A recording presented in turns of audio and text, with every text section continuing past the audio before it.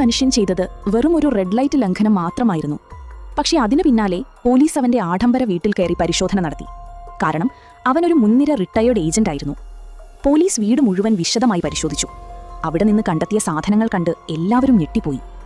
ഒരു ട്രക്ക് നിറയെ നിയമവിരുദ്ധ വസ്തുക്കളാണ് പോലീസിന് ലഭിച്ചത്. അതിനൊപ്പം പൂർണ്ണമായും ഓട്ടോമാറ്റിക്കായ AK-47 പോലും കണ്ടെത്തി. ജെമിയെ ഉടൻ അറസ്റ്റ് ചെയ്ത് ജയിലിലേക്ക് അയച്ചു. പരിചയസമ്പന്നനായ ഒരു ഡിറ്റക്റ്റീവും ജെമിയുടെ അച്ഛനും അവനോട് ഉപദേശിച്ചു, ഇനി ഈ കേസിൽ നിന്ന് പുറത്തു കടക്കുക ഏറെ ബുദ്ധിമുട്ടായിരിക്കും. അവൻ നേരിട്ട് കുറ്റം സമ്മതിച്ചാൽ പരമാവധി 2 വർഷത്തെ ശിക്ഷ മാത്രമേ ലഭിക്കൂ എന്നായിരുന്നു അവരുടെ അഭിപ്രായം.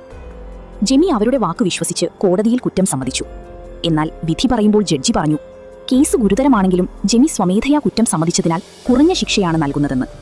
പക്ഷേ അടുത്തതായി ജഡ്ജി പറഞ്ഞത് കേട്ട് ജെമി ഞെട്ടിപ്പോയി. 10 വർഷത്തെ ജയിൽ ശിക്ഷ. 10 വർഷമെന്ന് കേട്ടതോടെ ജെമിയുടെ ബോധം പോകുന്ന അവസ്ഥയായി. അച്ഛന്റെ ഉപദേശം തന്നെയാണ് തന്നെ ഈ പ്രശ്നത്തിലേക്ക് തള്ളിവിട്ടതെന്ന് അവന് തോന്നി. തന്റെ യൗവനം മുഴുവൻ ജയിലിൽ കഴിയുന്നത് അവൻ ഒട്ടും അംഗീകരിക്കാനായില്ല. അതിനാൽ തന്റെ മികച്ച നേതൃത്വ കഴിവുകൾ ഉപയോഗിച്ച് ജെമി പതുക്കെ ജയിലിലെ ഏറ്റവും സ്വാധീനമുള്ള തടവുകാരനായി മാറി. ജയിലിനുള്ളിൽ തന്നെ ഒരു ചെറിയ ബിസിനസ്സും ആരംഭിച്ചു.